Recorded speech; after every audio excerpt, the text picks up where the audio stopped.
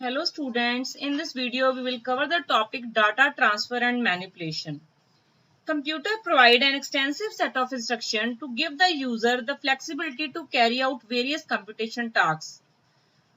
Computer ਦੇ ਵਿੱਚ ਬਹੁਤ ਸਾਰੇ ਕੰਮ ਹੁੰਦੇ ਆ, ਬਹੁਤ ਸਾਰੇ ਕੰਪਿਊਟੇਸ਼ਨਲ ਟਾਸਕ ਹੁੰਦੇ ਆ, ਉਹਨੂੰ ਕਰਨ ਲਈ ਕੀ ਹੈ ਨੰਬਰ ਆਫ ਇਨਸਟਰਕਸ਼ਨਸ ਜਿਹੜੀਆਂ ਹੈਗੀਆਂ ਕੰਪਿਊਟਰ ਆਪਾਂ ਨੂੰ ਪ੍ਰੋਵਾਈਡ ਕਰਦਾ ਹੈ। The instruction set of different computer differ from each other mostly in the way operands are determined.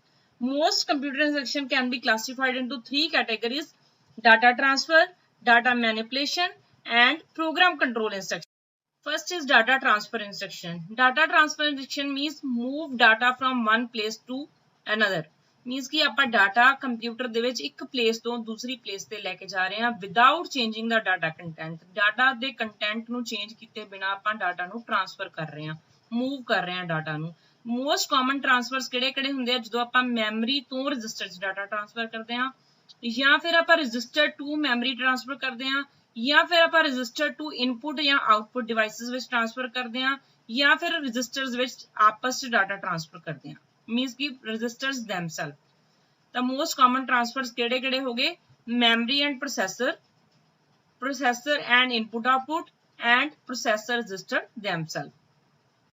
ਹਾਂਜੀ data transfer instructions ਹੋਣੀਆਂ ਕਿਹੜੀਆਂ ਨੇ load, store, move, exchange, input, output, push, pop.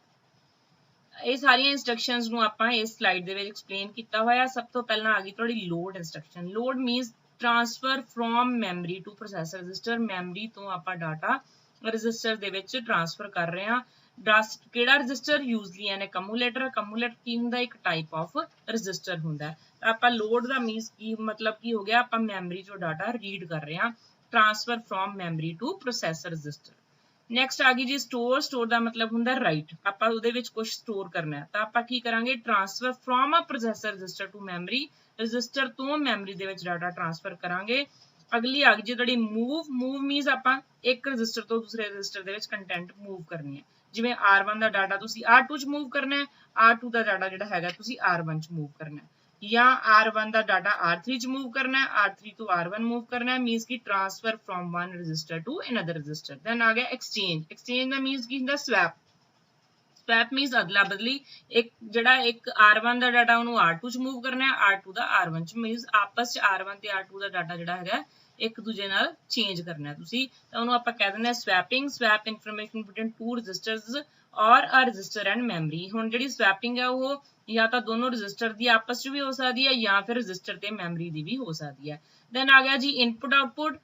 transfer data among processor register and input output device. ਹੁਣ ਤੁਹਾਡੀ input output devices peripheral devices ਕੀ ਹੁੰਦੀਆਂ ਤੁਸੀਂ ਕੋਈ data ਇਨ ਕਰਨਾ ਹੈ ਰਜਿਸਟਰ ਦੇ ਵਿੱਚ ਤਾਂ ਤੁਸੀਂ ਕੀ ਕਰਾਂਗੇ ਰਜਿਸਟਰ ਤੇ ਇਨਪੁਟ ਦੇ ਨਾਲ ਤੁਸੀਂ ਕਮਿਊਨੀਕੇਟ ਕਰ ਰਹੇ ਹੋ। ਜੇ ਤੁਸੀਂ ਕੋਈ ਡਾਟਾ ਰਜਿਸਟਰ ਤੋਂ ਆਊਟ ਮੂਵ ਕਰਨਾ ਹੈ ਤਾਂ ਇਹਦਾ ਮਤਲਬ ਰਜਿਸਟਰ ਤੇ ਆਊਟਪੁੱਟ ਡਿਵਾਈਸ ਨਾਲ ਕਮਿਊਨੀਕੇਟ ਕਰ ਰਹੇ ਹੋ। ਤਾਂ ਇਨਪੁਟ ਆਊਟਪੁੱਟ ਇੰਸਟਰਕਸ਼ਨ ਉਦੋਂ ਯੂਜ਼ ਹੁੰਦੀਆਂ ਜਦੋਂ ਤੁਸੀਂ ਡਾਟਾ ਟ੍ਰਾਂਸਫਰ ਕਰਨਾ ਹੈ ਰਜਿਸਟਰ ਟੂ ਇਨਪੁਟ ਜਾਂ ਆਊਟਪੁੱਟ ਡਿਵਾਈਸ। ਦੈਨ ਆ ਗਿਆ ਜੀ ਪੁਸ਼ ਐਂਡ ਪੌਪ। ਹੁਣ ਤੁਹਾਨੂੰ ਪਤਾ ਹੈ ਪੁਸ਼ ਤੇ ਪੌਪ ਇੰਸਟਰਕਸ਼ਨ ਕਿੱਥੇ ਯੂਜ਼ ਹੁੰਦੀ ਹੈ ਸਟੈਕ ਦੇ ਵਿੱਚ। ਜਦੋਂ ਤੁਹਾਡੀ ਮੈਮਰੀ ਐਜ਼ ਅ ਸਟੈਕ ਕੰਮ ਕਰਦੀ ਹੈ ਤਾਂ ਤੁਸੀਂ ਇਹ ਵਾਲੀ ਇੰਸਟਰਕਸ਼ਨ ਯੂਜ਼ ਕਰੋਗੇ। ਤੁਸੀਂ ਟ੍ਰਾਂਸਫਰ ਕਰੋਗੇ data between processor register and memory stack. ਤਾਂ ਮੈਮਰੀ ਦੇ ਵਿੱਚ ਡਾਟਾ ਕਿਸ ਫਾਰਮ ਦੇ ਵਿੱਚ ਸਟੋਰ ਹੈ ਸਟੈਕ ਦੀ ਫਾਰਮ ਦੇ ਵਿੱਚ। ਤਾਂ ਸਟੈਕ ਇੱਥੇ ਕੀ ਹੈ ਮੈਮਰੀ ਤੁਹਾਡਾ ਕੰਮ ਕਰ ਰਹੀ ਹੈ ਸਟੈਕ ਦਾ। ਸਟੈਕ ਤੁਹਾਨੂੰ ਪਤਾ ਹੀ ਕੀ ਹੁੰਦਾ ਲਾਸਟ ਇਨ ਫਸਟ ਆਊਟ। ਤਾਂ ਹੁਣ ਤੁਸੀਂ ਜੇ ਆਪਾਂ ਸਟੈਕ ਮੈਮਰੀ ਸਟੈਕ ਦੀ ਗੱਲ ਕਰਾਂਗੇ ਤਾਂ ਉੱਥੇ ਆਪਾਂ ਇੰਸਟਰਕਸ਼ਨ ਯੂਜ਼ ਕਰਾਂਗੇ ਪੁਸ਼ ਜਾਂ ਪੌਪ। ਪੁਸ਼ ਕਾਹਦੇ ਲਈ ਇਨਸਰਟ ਕਰਨ ਲਈ, ਪੌਪ ਜੇ ਤੁਸੀਂ ਕੋਈ ਡਾਟਾ ਸਟੈਕ ਦੇ ਵਿੱਚੋਂ ਆਊਟ ਕਰਨਾ ਹੈ। ਤਾਂ ਪੁਸ਼ ਐਂਡ ਪੌਪ ਇੰਸਟਰਕਸ਼ਨ ਕਾਹਦੇ ਲਈ ਹੋ ਗਿਆ transfer data between processor register and memory. ਜੇ ਤੁਸੀਂ ਰਜਿਸਟਰ ਤੋਂ ਮੈਮਰੀ ਸਟੈਕ ਦੇ ਵਿੱਚ ਐਂਟਰ ਕਰ ਰਹੇ ਹੋ ਤਾਂ ਪੁਸ਼ ਇੰਸਟਰਕਸ਼ਨ ਯੂਜ਼ ਕਰੋਗੇ।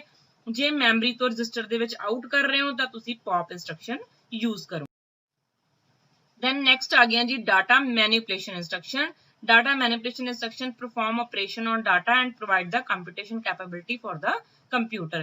ਇਹਦੇ ਚ ਇਹਦੀਆਂ ਜਿਹੜੀਆਂ ਹੈਗੀ data manipulation instruction 3 type ਦੀਆਂ ਹੁੰਦੀਆਂ arithmetic, logical and bit manipulation and shift instructions. ਸਭ ਤੋਂ ਪਹਿਲਾਂ ਆ ਗਈਆਂ ਜੀ ਤੁਹਾਡੀਆਂ arithmetic instruction. arithmetic instruction ਵੈਸੇ ਆਪਾਂ ਪਹਿਲਾਂ ਵੀ ਕਰ ਚੁੱਕੇ ਹਾਂ ਪਿਛਲੇ ਟੌਪਿਕਸ ਵਿੱਚ ਆਪਾਂ ਕਰ ਚੁੱਕੇ ਹਾਂ। 4 ਬੇਸਿਕ ਤੁਹਾਡੇ arithmetic operation ਹੁੰਦੇ ਆ addition, subtraction, multiplication and division. ਤਾਂ 4 ਬੇਸਿਕ ਆਪਾਂ ਕਿਉਂ ਲਿਖਿਆ ਕਿਉਂਕਿ ਇਹਨਾਂ ਸਾਰੇ ਆਪਰੇਸ਼ਨਸ ਨਾਲ ਬਾਕੀ ਸਾਰੇ ਆਪਰੇਸ਼ਨ ਪਰਫਾਰਮ ਹੋ ਜਾਂਦੇ ਆ ਐਡੀਸ਼ਨ ਨਾਲ ਤੁਹਾਡੀ ਜਿਹੜੀ ਹੈਗੀ ਹੈ ਮਲਟੀਪਲੀਕੇਸ਼ਨ ਵੀ ਹੋ ਸਕਦੀ ਹੈ ਕਿਉਂਕਿ ਐਡੀਟਿਵ ਮਲਟੀਪਲੀਕੇਸ਼ਨ ਆਪਾਂ ਕਹਿ ਦਿੰਦੇ ਆ ਜਿਹੜੀ ਹੈਗੀ ਜਿਵੇਂ ਆਪਾਂ 2 into 3 ਕੀਤਾ 6 ਆਇਆ ਤੇ ਜੇ ਆਪਾਂ ਇਹੀ 6 ਰਿਜ਼ਲਟ ਲੈਣਾ ਆਪਾਂ 2 ਨੂੰ 3 ਟਾਈਮਸ ਪਲੱਸ ਵੀ ਕਰ ਸਕਦੇ ਹਾਂ 2 + 2 + 2 ਤਾਂ ਇਹਦਾ ਮਤਲਬ ਕਿ ਐਡੀਸ਼ਨ ਨਾਲ ਤੁਸੀਂ ਮਲਟੀਪਲੀਕੇਸ਼ਨ ਵੀ ਕਰ ਸਕਦੇ ਹੋ ਇਦਾਂ ਤੁਸੀਂ addition subtraction multiplication and division ਨਾਲ ਜਿੰਨੇ ਵੀ ਸਾਰੇ ਅਰਥਮੈਟਿਕ ਆਪਰੇਸ਼ਨਸ ਹੁੰਦੇ ਉਹ ਸਾਰੇ ਪਰਫਾਰਮ ਕਰ ਸਕਦੇ ਹੋ ਇਸ ਕਰਕੇ ਇਹਨਾਂ ਨੂੰ 4 ਬੇਸਿਕ ਅਰਥਮੈਟਿਕ ਆਪਰੇਸ਼ਨਸ ਕਿਹਾ ਜਾਂਦਾ ਹੈ ਇਸ ਤੋਂ ਇਲਾਵਾ ਵੀ ਹੋਰ ਬਹੁਤ ਸਾਰੇ ਅਰਥਮੈਟਿਕ ਇਨਸਟਰਕਸ਼ਨਸ ਹੈਗੀਆਂ ਉਹ ਆਪਾਂ ਇਸ ਟੇਬਲ ਦੇ ਵਿੱਚ ਕਰ ਰਹੇ ਹਾਂ ਸਭ ਤੋਂ ਪਹਿਲਾਂ ਆ ਗਈ ਤੁਹਾਡੀ ਇੰਕਰੀਮੈਂਟ ਹੁਣ ਤੁਸੀਂ ਰਜਿਸਟਰ ਦੇ ਵਿੱਚ ਤੁਹਾਡੀ ਕੋਈ ਵੈਲਿਊ ਸਟੋਰ ਹੈ ਤੁਸੀਂ ਉਹਨੂੰ +1 ਕਰਨਾ ਹੈ ਉਹਦੇ ਚ ਇੰਕਰੀਮੈਂਟ ਕਰਨੀ ਹੈ 1 ਵੈਲਿਊ ਤਾਂ ਤੁਸੀਂ ਇੰਕਰੀਮੈਂਟ ਇਨਸਟਰਕਸ਼ਨ INC ਜਿਹੜੇ ਹੈਗੇ ਆ ਇੰਕਰੀਮੈਂਟ ਇਨਸਟਰਕਸ਼ਨ ਯੂਜ਼ ਕਰਾਂਗੇ ਜੇ ਤੁਸੀਂ ਕੋਈ ਕੰਟੈਂਟ ਡਿਕਰੀਮੈਂਟ ਕਰਨਾ ਹੈ ਕੋਈ ਡਾਟਾ ਡਿਕਰੀਮੈਂਟ ਕਰਨਾ ਹੈ ਤਾਂ ਤੁਸੀਂ ਡਿਕਰੀਮੈਂਟ ਇਨਸਟਰਕਸ਼ਨ ਯੂਜ਼ ਕਰੋਗੇ ਦੈਨ ਆ ਗਿਆ ਐਡ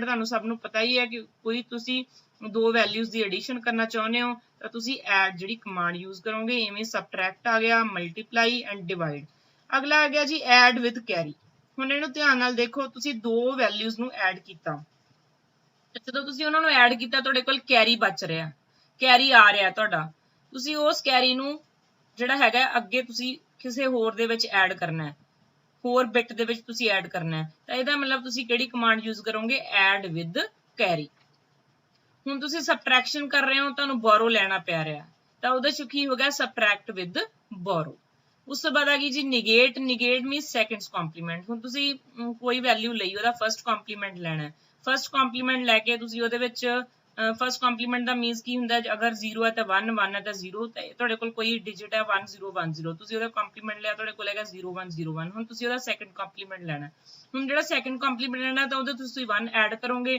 ਤੁਹਾਨੂੰ ਸੈਕੰਡਸ ਕੰਪਲੀਮੈਂਟ ਮਿਲ ਜੂਗਾ ਤਾਂ ਸੈਕੰਡਸ ਕੰਪਲੀਮੈਂਟ ਜਦੋਂ ਤੁਸੀਂ ਕਰਨਾ ਹੈ ਉਹਨੂੰ ਕਹਿੰਦੇ ਨਿਗੇਟ ਤੇ ਉਹਦੇ ਲਈ ਤੁਹਾਡੀ ਜਿਹੜੀ ਹੈਗਾ ਇੰਸਟਰਕਸ਼ਨ ਯੂਜ਼ ਹੁੰਦੀ ਹੈ NEG ਦੈਨ ਅਗਲੀਆਂ ਆ ਗਈਆਂ ਜੀ logical and bit manipulation instruction ਹੁਣ ਜਿਹੜੀਆਂ ਲੌਜੀਕਲ ਇੰਸਟਰਕਸ਼ਨਸ ਹੈ ਉਹ ਕਿਹਦੇ ਤੇ ਪਰਫਾਰਮ ਹੁੰਦੀਆਂ ਬਾਈਨਰੀ ਵੈਲਿਊ ਤੇ ਤੁਹਾਨੂੰ ਪਤਾ ਹੀ ਕੰਪਿਊਟਰ 'ਚ ਦੋ ਹੀ ਵੈਲਿਊਜ਼ ਹੁੰਦੀਆਂ 0 ਐਂਡ 1 ਹੁਣ ਜਦੋਂ ਆਪਾਂ ਬਾਈਨਰੀ ਆਪਰੇਸ਼ਨਸ ਪਰਫਾਰਮ ਕਰਨੇ ਆ ਤਾਂ ਉਦੋਂ ਆਪਾਂ ਕਿਹੜੇ ਜਾਵਾਂਗੇ ਲੌਜੀਕਲ ਇੰਸਟਰਕਸ਼ਨਸ ਯੂਜ਼ ਕਰਾਂਗੇ logical instruction perform binary operation on strings of bits stored in the register they are useful for manipulating individual bits or group of bits ਜਦੋਂ ਆਪਾਂ groups of bits ਜਾਂ individual bits ਤੇ ਕੋਈ ਵੀ ਜਿਹੜਾ ਹੈਗੇ operation perform ਕਰਨਾ ਹੈ ਤਾਂ ਤੁਸੀਂ logical and bit manipulation instruction use ਕਰਾਂਗੇ ਸਭ ਤੋਂ ਪਹਿਲੀ ਇਹਦੇ ਵਿੱਚ ਹੈਗੀ ਹੈ ਕਲੀਅਰ ਹੁਣ ਕਲੀਅਰ ਦਾ ਮੀਨਸ ਕੀ ਹੈ ਤੁਹਾਡੇ ਕੋਲ ਕੋਈ ਵੀ ਡਾਟਾ ਹੈਗਾ ਕੋਈ ਰਜਿਸਟਰ ਦੇ ਵਿੱਚ ਕੋਈ ਡਾਟਾ ਸਟੋਰ ਹੈ ਮੰਨ ਲਓ 1011 ਸਟੋਰ ਹੈ ਤੁਸੀਂ ਚਾਹੁੰਦੇ ਹੋ ਕਿ ਜਿਹੜਾ ਵੀ ਰਜਿਸਟਰ 'ਚ ਡਾਟਾ ਹੈਗਾ ਉਹਦੀ ਵੈਲਿਊ ਸਾਰੀ ਕਲੀਅਰ ਹੋ ਜਾਏ ਮੀਨਸ ਉਹ 0 ਹੋ ਜਾਣ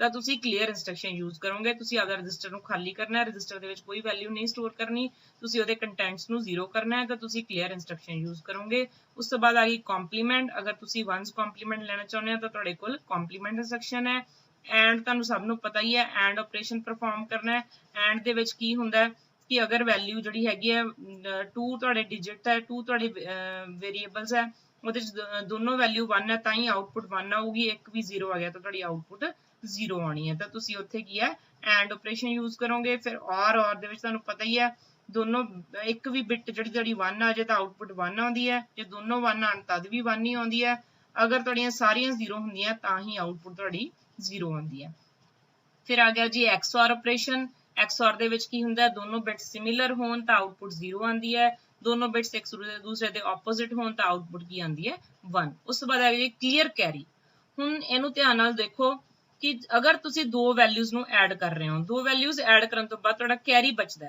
ਹੁਣ ਤੁਸੀਂ ਚਾਹੁੰਦੇ ਹੋ ਵੀ ਜਿਹੜਾ ਕੈਰੀ ਜਿਹੜਾ ਤੁਹਾਡਾ ਬਚ ਗਿਆ ਉਹ ਤੁਸੀਂ ਉਹਨੂੰ ਅੱਗੇ ਨਹੀਂ ਮੂਵ ਕਰਨਾ ਤੁਸੀਂ ਅੱਗੇ ਕਿਸੇ ਹੋਰ ਬਿਟ ਦੇ ਵਿੱਚ ਨਹੀਂ ਐਡ ਕਰਨਾ ਤੁਸੀਂ ਚਾਹੁੰਦੇ ਹੋ ਵੀ ਉਹ ਕੈਰੀ ਖਤਮ ਹੋ ਜੇ ਤਾਂ ਤੁਸੀਂ ਉਹਦੇ ਲਈ ਕਲੀਅਰ ਜਿਹੜੀ ਹੈਗੀ ਆ ਅਮਾਉਂਟ ਜਿਹੜੀ ਆ ਇੰਸਟਰਕਸ਼ਨ ਯੂਜ਼ ਕਰੋਗੇ ਉਹਨੂੰ ਕਹਿੰਦੇ clear carry CLRC set carry ਇਹੀ ਇਹਦੇ ਆਪੋਜ਼ਿਟ ਹੋ ਗਈ ਉਹਨੇ ਜੇ ਆਪਾਂ ਕੈਰੀ ਨੂੰ ਕਲੀਅਰ ਕੀਤਾ ਸੀ ਇਹਦੇ 'ਚ ਆਪਾਂ ਅਗਰ ਚਾਹੁੰਦੇ ਹਾਂ ਕਿ ਕੈਰੀ ਨੂੰ ਆਪਾਂ ਸੈੱਟ ਕਰਨਾ ਚਾਹੁੰਦੇ ਹਾਂ ਕੈਰੀ ਦੀ ਵੈਲਿਊ 1 ਰੱਖਣਾ ਚਾਹੁੰਦੇ ਹਾਂ ਤਾਂ ਕਿ ਉਹ ਕੈਰੀ ਅੱਗੇ ਮੂਵ ਹੋ ਜਾਏ ਅੱਗੇ ਤੁਸੀਂ ਜਿਹਦੇ 'ਚ ਐਡ ਕਰਨਾ ਹੈ ਤਾਂ ਤੁਸੀਂ ਕੀ ਕਰੋਗੇ ਸੈੱਟ ਕੈਰੀ ਦੀ ਵੈਲਿਊ 1 ਸੈੱਟ ਕਰ ਦੋਗੇ ਦੈਨ ਹੈਗਾ ਕੰਪਲੀਮੈਂਟ ਕੈਰੀ ਹੁਣ ਤੁਸੀਂ ਚਾਹੁੰਦੇ ਹੋ ਜਿਹੜਾ ਤੁਹਾਡੇ ਕੋਲ ਕੈਰੀ ਆਇਆ ਉਹਦਾ ਕੰਪਲੀਮੈਂਟ ਆ ਜਾਏ ਅਗਰ ਤੁਹਾਡੇ ਕੋਲ ਕੈਰੀ 1 ਆਇਆ ਤਾਂ ਕੰਪਲੀਮੈਂਟ ਮੀਨਸ 0 ਹੋ ਜਾਊਗਾ ਅਗਰ ਤੁਹਾਡੇ ਕੋਲ ਕੈਰੀ 0 ਆਇਆ ਹੋਊਗਾ ਤਾਂ ਕੰਪਲੀਮੈਂਟ ਉਹਦਾ 1 ਹੋ ਜਾਊਗਾ ਉਸ ਤੋਂ ਬਾਅਦ ਆ ਗਈ ਜੀ ਇਨੇਬਲ ਇੰਟਰਪਟ ਤੇ ਡਿਸੇਬਲ ਇੰਟਰਪਟ ਇੰਟਰਪਟ ਕੀ ਹੁੰਦੀ ਹੈ ਇੰਟਰਪਟ ਦਾ ਮੀਨਿੰਗ ਕੀ ਹੁੰਦਾ ਹੈ कि अगर तुहाडा कोई कंप्यूटर दे विच कोई काम चल रहा, इन बिटवीन कोई ना कोई रुकावट आ गई या कोई होर प्रोग्राम आ गया, तो आपां नूं आपदे प्रोग्राम नूं छड्ड के दूसरे प्रोग्राम नूं रन करना पिया। फॉर एग्जाम्पल मैं तुहानूं क्लास दे विच कोई लैक्चर दे रही हाँ, तो बाहरों किसी ने नॉक किया, तो आपां की करांगे, मैं लैक्चर दिंदे छड्ड के पहलां आपां देखांगे कि बाहर किहने नॉक किया, कौन आया, तो आपां उहनूं पहलां अटेंड किया। तो उस चीज़ नूं उदां ही कंप्यूटर दे विच हुंदा है, कोई प्रोग्राम रन हो रहा, विच दी कोई होर प्रोग्राम आ गया, तो उस प्रोग्राम नूं उस इंस्ट्रक्शन नूं इंटरप्ट बोलदे आ। इंटरप्ट मीनस पहला जो प्रोग्राम है पहला आपां उहनूं रन करांगे, फिर आपां वापस दूसरे प्रोग्राम ते जावांगे जिथे आपां पहला चल रहे सी। अगर आपां चाहुंदे भी अपनी इंटरप्ट जिहड़ी आपां इंटरप्ट नूं एंटरटेन करिए, तो आपां इनेबल कर दांगे इंटरप्ट। अगर आपां चाहुंदे भी कोई भी इंटरप्ट आई जावे, असीं उहनूं नहीं एंटरटेन करना, तो आपां की कर दांगे, डिसेबल। हाँ जी, नैक्सट अपनी आ गई जी शिफ्ट इंस्ट्रक्शंस। जदों आपां जिहड़ियां बिट्स नूं शिफ्ट करना हुंदा है, instruction to shift the content of operand. Shift are operation in which the bits of word are moved to left or right. ਜਾਂ ਆਪਾਂ left move ਕਰਾਂਗੇ ਜਾਂ ਆਪਾਂ right move ਕਰਾਂਗੇ। ਹੁਣ ਤੁਹਾਡੀਆਂ shift instructions ਕਿਹੜੀਆਂ ਸਭ ਤੋਂ ਪਹਿਲਾਂ ਆ ਗਈ ਤੁਹਾਡੀ logical shift right, ਜਦੋਂ ਆਪਾਂ right ਦੇ ਵਿੱਚ bits ਨੂੰ move ਕਰਨਾ ਹੈ। ਉਸ ਤੋਂ ਬਾਅਦ shift left, ਜਦੋਂ ਆਪਾਂ left side move ਕਰਨਾ ਹੈ। ਇਹ ਵੈਸੇ ਆਪਾਂ ਪਹਿਲਾਂ ਮਾਈਕਰੋ ਆਪਰੇਸ਼ਨ ਦੇ ਵਿੱਚ ਪੜ੍ਹ ਚੁੱਕੇ ਹਾਂ। ਇੱਥੇ ਜਿਹੜੀਆਂ ਹੈਗੀਆਂ ਉੱਥੇ ਆਪਾਂ ਮਾਈਕਰੋ ਆਪਰੇਸ਼ਨ ਦੀ ਗੱਲ ਕਰ ਰਹੇ ਸੀ, ਇੱਥੇ ਆਪਾਂ instruction ਦੀ ਗੱਲ ਕਰ ਰਹੇ ਹਾਂ। ਤਾਂ ਜਿਹੜਾ ਮਾਈਕਰੋ ਆਪਰੇਸ਼ਨ ਤੇ ਇੰਸਟਰਕਸ਼ਨ ਦੇ ਵਿੱਚ ਕੀ ਫਰਕ ਹੈਗਾ? ਇੰਸਟਰਕਸ਼ਨ ਦੀ ਸ਼ਾਰਟ ਫਾਰਮ ਨੂੰ ਆਪਾਂ ਮਾਈਕਰੋ ਆਪਰੇਸ਼ਨ ਬੋਲਦੇ ਆ। ਇੰਸਟਰਕਸ਼ਨ ਮੀਨਸ ਆਪਾਂ ਕੋਈ ਵੀ ਇੱਕ ਵੱਡਾ ਫੰਕਸ਼ਨ ਪਰਫਾਰਮ ਕਰ ਰਹੇ ਆ, ਉਹਦੇ ਵਿੱਚ ਆਪਾਂ ਬਹੁਤ ਸਾਰੇ ਆਪਰੇਸ਼ਨ ਜਿਹੜੇ ਕਰ ਰਹੇ ਆ ਉਹ ਕੀ ਹੁੰਦੇ ਆ? ਮਾਈਕਰੋ ਆਪਰੇਸ਼ਨ ਹੁੰਦੇ ਆ। ਤਾਂ ਉਹਦੇ 'ਚ ਆਪਾਂ ਮਾਈਕਰੋ ਆਪਰੇਸ਼ਨ ਦੇ ਵਿੱਚ ਪੜ੍ਹਿਆ ਸੀ ਕਿ ਸ਼ਿਫਟ ਲੈਫਟ ਕੀ ਹੈ, ਸ਼ਿਫਟ ਰਾਈਟ ਕੀ ਹੈ। ਉਹੀ ਚੀਜ਼ ਹੈ ਇਹਦੇ ਵਿੱਚ ਵੀ, ਆਪਾਂ ਲੈਫਟ ਔਰ ਰਾਈਟ ਸ਼ਿਫਟ ਕਰ ਰਹੇ ਆ, ਸਿਰਫ ਰਜਿਸਟਰ ਦੇ ਕੰਟੈਂਟ, ਹੋਰ ਕੁਝ ਨਹੀਂ ਹੈ। ਉਸ ਤੋਂ ਬਾਅਦ ਆ ਗਈ ਜੀ arithmetic shift right and arithmetic shift left. ਹੁਣ ਅਰਥਮੈਟਿਕ ਸ਼ਿਫਟ ਲੈਫਟ ਤਾਂ ਬਿਲਕੁਲ ਲੌਜੀਕਲ ਸ਼ਿਫਟ ਲੈਫਟ ਦੀ ਤਰ੍ਹਾਂ ਹੀ ਹੈ। ਜਿਹੜਾ ਅਰਥਮੈਟਿਕ ਸ਼ਿਫਟ ਰਾਈਟ ਹੈ ਇਹਦੇ ਵਿੱਚ ਕੀ ਡਿਫਰੈਂਸ ਹੈ? ਇਹਦੇ 'ਚ ਆਪਾਂ ਜਿਹੜੀ ਇਹ ਸਾਈਨ ਜਿਹੜੇ ਅਰਥਮੈਟਿਕ ਸ਼ਿਫਟ ਰਾਈਟ ਤੇ ਅਰਥਮੈਟਿਕ ਸ਼ਿਫਟ ਲੈਫਟ ਹੁੰਦੇ ਆ, ਸਾਈਨਡ ਬਿਟਸ ਲਈ ਹੁੰਦੇ ਆ। ਤਾਂ ਅਰਥਮੈਟਿਕ ਸ਼ਿਫਟ ਰਾਈਟ ਦੇ ਵਿੱਚ ਕੀ ਕਰਦੇ ਹੋ ਤੁਸੀਂ? ਜਿਹੜੀ ਮੋਸਟ ਸਿਗਨੀਫੀਕੈਂਟ ਬਿਟ ਹੈ ਉਹਨੂੰ ਤੁਸੀਂ ਮੂਵ ਨਹੀਂ ਕਰਨਾ, ਉਹ ਤੁਸੀਂ ਤੁਹਾਡੀ ਐਜ਼ ਇਟ ਇਜ਼ ਹੀ ਰਹੂਗੀ। ਅਗਰ ਤੁਹਾਡਾ ਫਸਟ ਪੋਜੀਸ਼ਨ ਤੇ 1 ਹੈ ਤਾਂ ਫਸਟ ਪੋਜੀਸ਼ਨ ਤੇ 1 ਹੀ ਰਹੂਗਾ। ਜਦੋਂ ਤੁਸੀਂ ਸ਼ਿਫਟਿੰਗ ਕਰੋਗੇ ਤਦ ਵੀ 1 ਹੀ ਰਹੂਗਾ। ਤਾਂ ਅਗਲੀ ਪੋਜੀਸ਼ਨ ਤੇ ਵੀ 1 ਆ ਜਾਊਗਾ ਵੈਸੇ ਤਾਂ, ਪਰ ਜਿਹੜੀ ਉਹ ਸੇਮ ਪੋਜੀਸ਼ਨ ਹੈ ਉੱਥੇ 1 ਰਹੂਗਾ। MSB 1 ਹੈ ਤਾਂ 1 ਹੀ ਰਹੂਗੀ, ਜੇ 0 ਹੈ ਤਾਂ 0 ਰਹੂਗੀ, ਕਿਉਂਕਿ ਉਹ ਤੁਹਾਡੀ ਸਾਈਨ ਬਿਟ ਨੂੰ ਸ਼ੋ ਕਰਦੀ ਹੈ। ਤਾਂ ਅਰਥਮੈਟਿਕ ਸ਼ਿਫਟ ਰਾਈਟ ਦੇ ਵਿੱਚ ਆਪਾਂ ਸਾਈਨ ਬਿਟ ਨੂੰ ਮੂਵ ਨਹੀਂ ਕਰਨਾ, ਸਾਈਨ ਬਿਟ ਤੁਹਾਡੀ ਉੱਥੇ ਦੀ ਉੱਥੇ ਰਹੂਗੀ, ਬਾਕੀ ਬਿਟਸ ਤੁਸੀਂ ਕੀ ਹੈ ਮੂਵ ਕਰ ਦੋਗੇ। ਅਰਥਮੈਟਿਕ ਸ਼ਿਫਟ ਲੈਫਟ ਹੈ ਉਹ ਲੌਜੀਕਲ ਸ਼ਿਫਟ ਲੈਫਟ ਦੀ ਤਰ੍ਹਾਂ ਹੀ ਹੈ, ਆਪਾਂ ਉਸ ਤਰ੍ਹਾਂ ਹੀ ਲੈਫਟ ਸਾਈਡ ਮੂਵ ਕਰ ਰਹੇ ਹਾਂ। ਉਸ ਤੋਂ ਬਾਅਦ ਤੁਹਾਡੀ ਰੋਟੇਟ ਰਾਈਟ, ਰੋਟੇਟ ਰਾਈਟ ਦੇ ਵਿੱਚ ਤੁਸੀਂ ਜਿਹੜੀ MSB ਬਿਟ ਹੈ ਤੁਸੀਂ ਉਹਨੂੰ LSB ਬਣਾ ਦੇਣਾ। ਤੇ ਰੋਟੇਟ ਲੈਫਟ ਦੇ ਵਿੱਚ ਕੀ ਹੈ? ਜਿਹੜੀ ਤੁਹਾਡੀ LSB ਬਿਟ ਹੈ ਉਹ ਰੋਟੇਟ ਹੋ ਕੇ MSB ਬਿਟ ਬਣ ਜੂਗੀ। ਉਸ ਤੋਂ ਬਾਅਦ ਆ ਗਿਆ rotate right through carry and rotate left through carry. ਹੁਣ ਇਹ ਕੀ ਹੈ? ਬਿਲਕੁਲ ਰੋਟੇਟ ਦੀ ਤਰ੍ਹਾਂ ਹੀ ਹੈ। ਇਹਦੇ 'ਚ ਕੀ ਹੈ? ਸਿਰਫ ਇਹਦੇ 'ਚ ਡਿਫਰੈਂਸ ਇਹ ਹੈ ਕਿ ਜਦੋਂ ਆਪਣੇ ਕੋਲ ਆਪਾਂ ਕੋਈ ਵੀ ਦੋ ਵੈਲਿਊਜ਼ ਦੀ ਐਡੀਸ਼ਨ ਕੀਤੀ ਜਾਂ ਆਪਣੇ ਕੋਲ ਕੈਰੀ ਆਇਆ ਹੋਇਆ, ਤਾਂ ਤੁਸੀਂ ਕੈਰੀ ਨੂੰ ਵੀ ਨਾਲ ਹੀ ਰੋਟੇਟ ਕਰਨਾ। ਕੈਰੀ ਬਿਟ ਤੁਹਾਡੀ ਬਾਹਰ ਰਜਿਸਟਰ ਤੋਂ ਬਾਹਰ ਪਈ ਹੈ, ਤਾਂ ਤੁਸੀਂ ਉਸ ਕੈਰੀ ਨੂੰ ਵੀ ਨਾਲ ਹੀ, ਜਦੋਂ ਰੋਟੇਟ ਰਾਈਟ ਮੂਵ ਕਰਨਾ ਹੈ ਤਾਂ ਕੈਰੀ ਨੂੰ ਨਾਲ ਲੈ ਕੇ ਚੱਲਣਾ ਹੈ, ਕੈਰੀ ਨੂੰ ਵੀ ਨਾਲ ਮੂਵ ਕਰਨਾ ਹੈ। ਬਾਕੀ ਉਵੇਂ ਹੀ ਰੋਟੇਟ ਕਰਨਾ ਹੈ। MSB ਤੁਹਾਡੀ LSB ਬਣੂਗੀ ਤੇ LSB ਤੁਹਾਡੀ MSB ਬਣੂਗੀ, ਪਰ ਤੁਸੀਂ ਕੈਰੀ ਨੂੰ ਵੀ ਰੋਟੇਟ ਕਰਨਾ।